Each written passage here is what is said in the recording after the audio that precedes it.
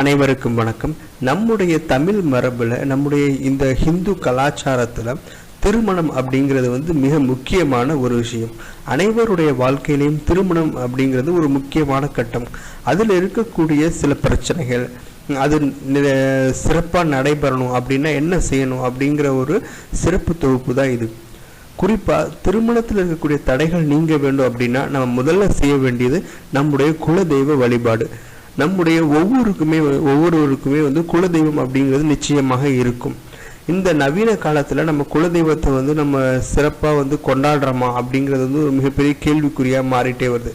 அந்த ஒரு விஷயத்தை நம்ம மறந்துடக்கூடாது. மாதத்துக்கு ஒரு முறை, குறைந்தது ஆண்டுக்கு ஒரு முறையாவது நம்முடைய குலதெய்வத்தை போய் வணங்கணும்.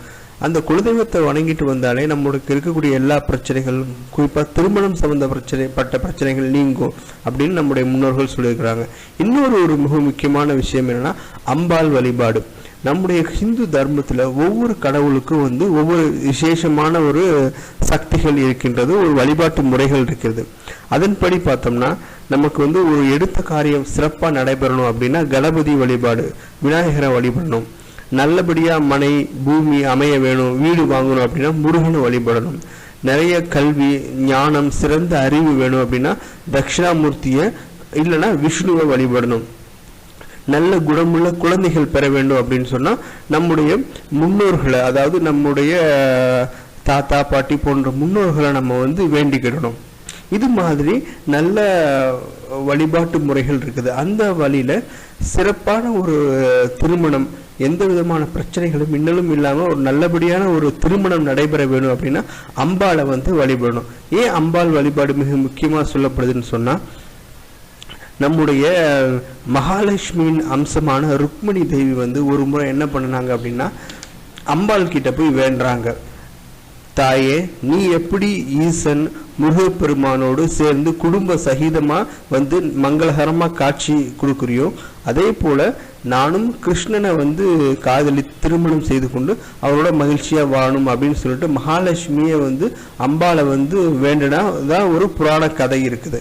ஆக ருக்மிணியாக அவதாரம் எடுத்த மகாலட்சுமியை நல்லபடியாக திருமணம் நடக்கணும் அப்படின்னு சொல்லிட்டு அம்பாள் கிட்ட போய் வேண்டியிருக்கிறாங்க. அந்த ஒரு காரணம், அதை நம்ம மிக முக்கியமாக எடுத்துக்கொண்டு நாமளும் அம்பாளை வழிபடணும். அதே சமயம் வெறுமனே அம்பாள் வழிபாடு மட்டும் இல்லாமல் நம்முடைய அருகில் இருக்கக்கூடிய பசுமாடுக்கு அருகம்புல் கொடுக்கணும். அருகம்புல் பசுவுக்கு கொடுக்கறதே ஒரு மிகப்பெரிய ஒரு புண்ணிய காரியம். என்ன பாவம் பண்ணாலும் அது அந்த நிவர்த்தி ஆயிடும் அப்படின்னு சொல்றாங்க. அதாவது பிரம்மஹத்தி தோஷத்தையே இந்த அருகம்புல் கொடுக்கறது, பசுமாடுக்கு கொடுக்கறதே அந்த பிரம்மஹத்தி தோஷமே போயிடும் அப்படின்னு கூட நம்முடைய சாஸ்திரத்துல சொல்லியிருக்கிறாங்க. அதன்படி பார்த்தோமே ஆனால் விரைவா திருமணம் நடக்கணும்னு நினைக்கிறவங்க, திருமணம் தடையில்லாமல் நடக்கணும் அப்படின்னு நினைக்கிறவங்க அம்பாளை கெட்டியாக பிடிச்சிக்கிட்டு வழிபட்டுட்டு வெள்ளிக்கிழமை தோறும், குறிப்பாக வெள்ளிக்கிழமை தோறும் அம்பாளை மனமுருகி வழிபடணும். அதே மாதிரி வெள்ளிக்கிழமை தோறும் பசுவுக்கு அருகம்புல் கொடுக்கணும். இதை நம்ம செய்து வந்தோமே அப்படின்னு சொன்னால் எந்தவித தங்கு தடையும் இல்லாமல் திருமணம் எல்லாருடைய வாழ்க்கையிலும் சிறப்பாக நடைபெறும்.